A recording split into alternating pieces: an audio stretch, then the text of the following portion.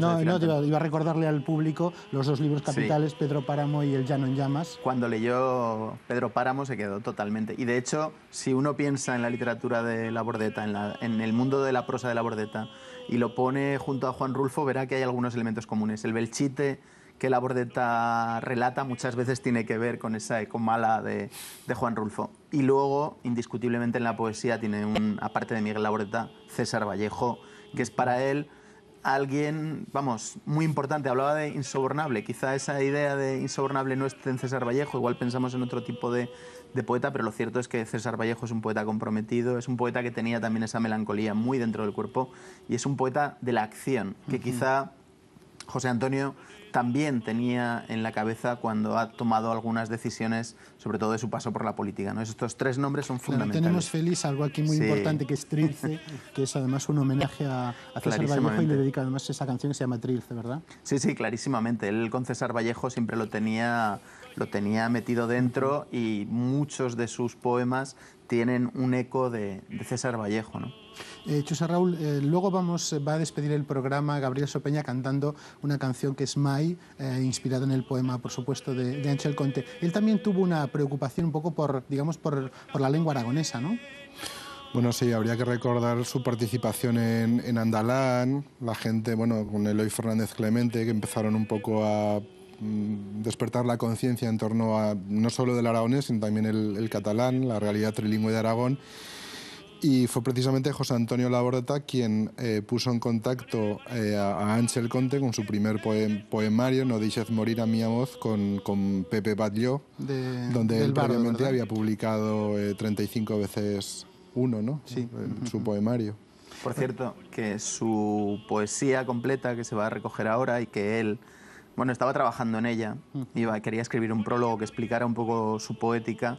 En cuanto tuvo la idea de que saliera la poesía, el título lo tuvo clarísimo, 75 veces 1, que son los años con los que ha fallecido José Antonio y que son los que tenía.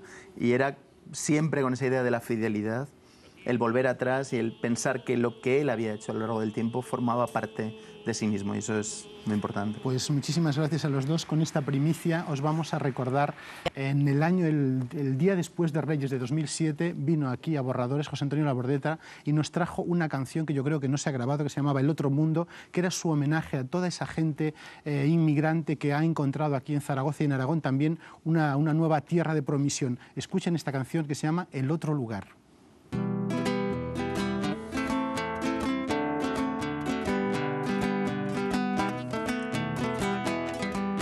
Y hasta aquí el tercer mundo con sus diversas miradas, con miradas desde el fondo de una sonrisa callada, desde la suave tristeza de una muchacha rumana, hasta el abrazo muy dulce de una madre guineana. Y hasta aquí el tercer mundo, en la puerta de mi casa, callados, lentos, lejanos, llegan como llega el alba, con la voz en el recuerdo y un agrio sabor a nada. Evoe, ¿dónde está mi bien amada Evoe? ¿Dónde mi pequeña aldea, mi paisaje, mi arbolada? Evoe, Evoe, ¿cuándo vendré?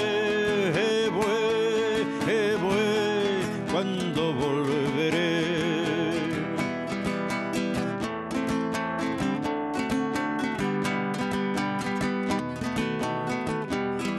A golpes ganan el día, a golpes va la jornada, a golpes crecen los hijos sobre una tierra ignorada, a golpes se van haciendo con una suave nostalgia de que un día todo el mundo sea la patria ignorada. Traen aires afrocubanos y de la Europa ignorada, junto con las melodías de una América olvidada. Evoe, ¿dónde está mi bien amada Evoe? ¿Dónde mi pequeña aldea, mi paisaje, mi arbolada? Evoe, Evoe, ¿cuándo vendré?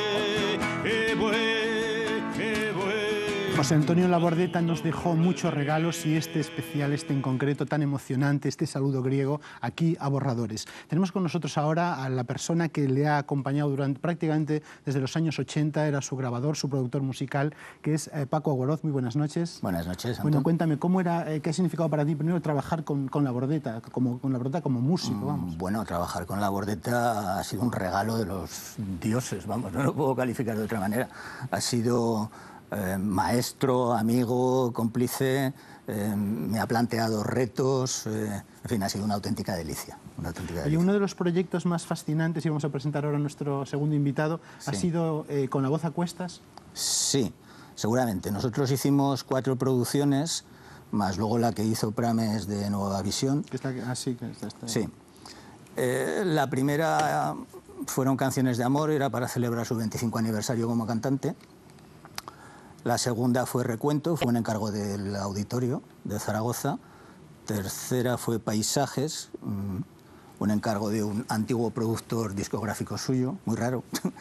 Y la última fue Con la voz a cuestas, que era el disco que más ganas teníamos de hacer desde el principio que este espectáculo se fraguó, porque este es un espectáculo que se hizo en el 85 y se llevó a los escenarios en el 87, 88, no estoy muy Sí, muy yo me acuerdo seguro, ¿no? de él verlo en el Mercado Central. En el Teatro del Mercado. En el vamos. Teatro del Mercado, exactamente, sí.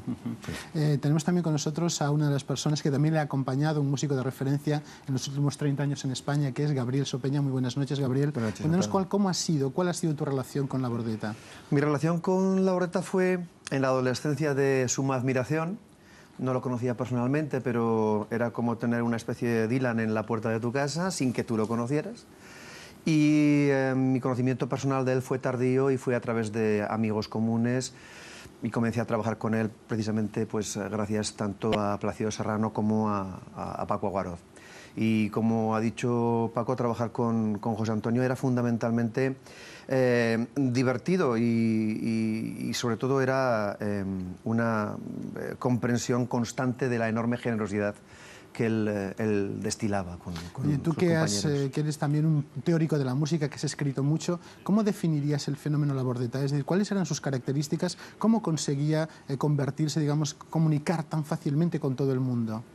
Precisamente porque antes lo comentaba Félix Romeo, que yo creo que con muchísima precisión, porque él trataba de comportarse siempre, no es que se tratase de comportarse, es que era un poeta fundamentalmente.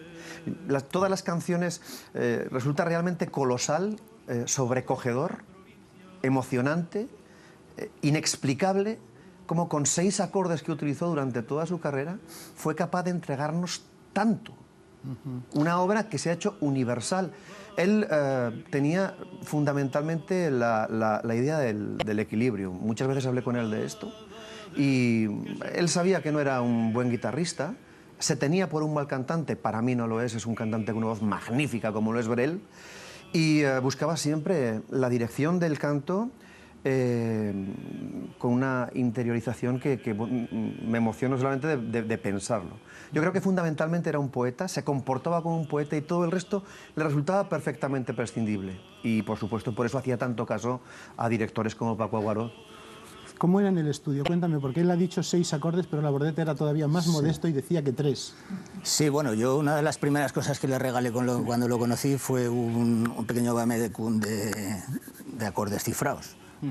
Porque él, de alguna manera, nosotros, nuestra primera etapa de nuestra relación fue hacer bolos. O sea, yo entré como técnico de sonido a través de Luis Fatás.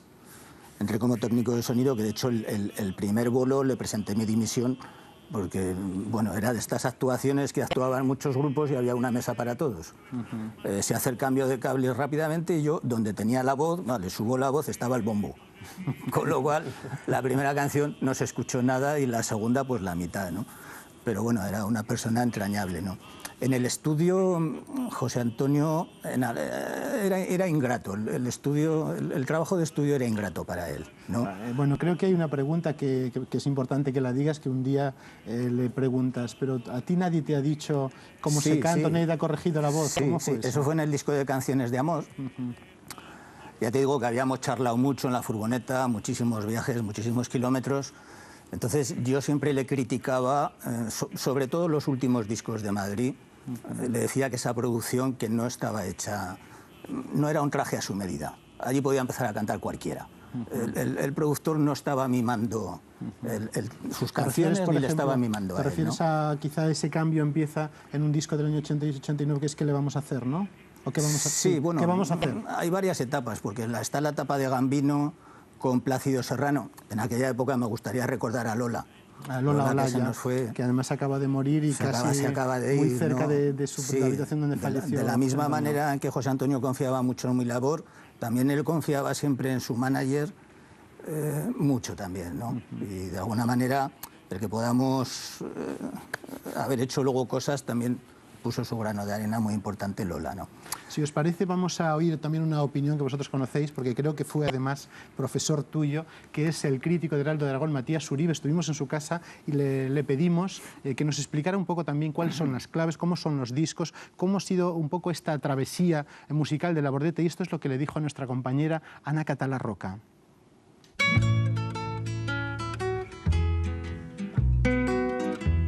Labordeta como figura musical, como figura artística, para mí creo que era un enigma. Un enigma porque un hombre que ya de por sí musicalmente, en principio era sordo de un oído, del oído derecho, y musicalmente tenía unas condiciones técnicas muy limitadas, él mismo lo reconocía.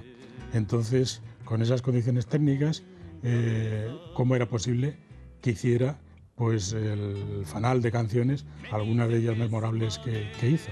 Construía unas melodías pues muy directas y al mismo tiempo luego después le incrustaba esa voz de hierro, de arcilla, de viento, que era lo que más todavía le caracterizaba, amén, lógicamente, de sus versos, de su poesía. Ya ves que pálidas palabras se pierden en la noche sin hallar solución. Parece como si todo el mundo se hubiera quedado con el Labordeta de puño en alto y belicoso y reivindicativo, pero había varios Labordetas más.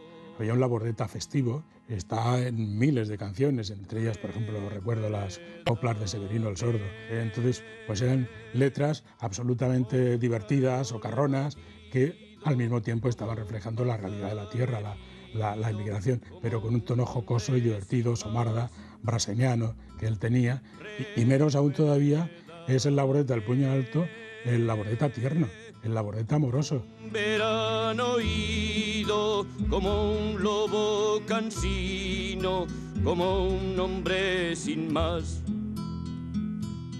Con la canción aragonesa y sobre todo con Labordeta y la Bollonera, por aquellos toques joteros, por decirlos de alguna manera, que había y por la voz, inmediatamente distinguías. Si no sabías nada, decías, ese chico es de mi pueblo.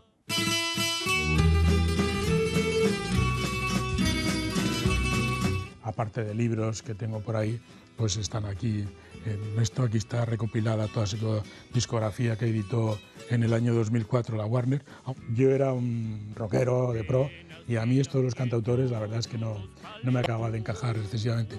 Hasta que se editó, precisamente se reeditó el Cantar y Callar, para mí la joya de Labordeta. Luego está toda su discografía en LP.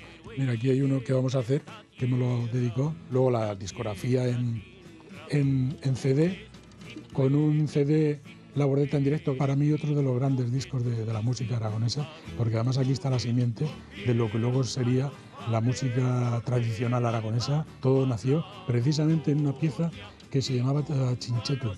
Este documental muy bonito que hizo Carbonell sobre él, programas, por ejemplo, del espectáculo Con la voz a cuestas, que era un espectáculo sobrecogedor, y sobre todo el primer EP famoso que grabó en el año 68, la autoridad pertinente lo mandó retirar del mercado y además encima algunos de los dueños de la compañía fueron encarcelados y Labordeta se quedó silbando en la vida, como dices, sin compañía discográfica.